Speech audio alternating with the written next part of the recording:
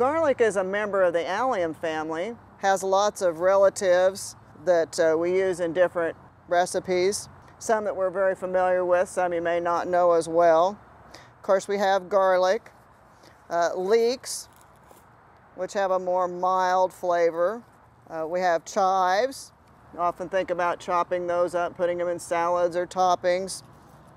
And of course, we have different types of onions, different colors of onions, red onions, yellow onions, white onions, even the green onions or shallots that you might use. You might see elephant garlic in the grocery store, often maybe in a little net bag like this. It flavors like garlic, has a real nice mild flavor. But probably one of the really appealing things about garlic is that it's so easy to store. Whereas onions may sprout under the sink, some of the other things you have to keep refrigerated, garlic is really tough and it holds up for a long time during storage. When we think about planting spring flowering bulbs like our daffodils, tulips, crocus, we plant those in the fall. We always plant them in the fall for bloom in the spring. Well, garlic is really no different, and it's kind of hard to imagine that we're going to plant some vegetables in the fall, but you can plant your garlic in the fall just as well. As far as where to purchase garlic, you can either go to your garden center and buy garlic there, or you can just go to the grocery store and buy some of the cloves there in the grocery bin and use those to plant as well. It'll work just fine. Garlic likes a nice loose soil. You might want to work some compost into the soil, just get it loosened up well. I'm just going to use a little rake here and turn this up. You can tell that's nice and loose because you want that bulb to be able to expand and grow in that nice loose soil.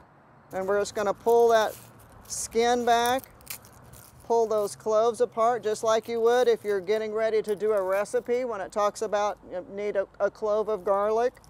Pull those apart. And then we're just going to dig about 2 inches deep and always put the point up. Insert that in, cover it up, tap it down, move over about 6 inches or so, put another one, cover it. We may not actually see any growth until next spring. It's kind of a lot like planting tulips or daffodils. You may not really see anything come up until in the spring. But in the meantime, so that you can keep track of where you put them, you might want to go ahead and put a small marker in the area where you planted your garlic or where your row of garlic is, so that next spring you don't plant something right over the top of the same row. After we water it, it'll be coming up and we'll have our tops next spring. You'll watch those late spring, early summer, when the tops start to fade and bend over. That's when they're ready to be pulled. Pull those and then take them to an area that's cool, dry, shady, to let them harden a little bit, to let that skin cure a little bit. Then you can take them inside. Always want to store garlic in a cool, dry area so it lasts best for us and it doesn't sprout too soon.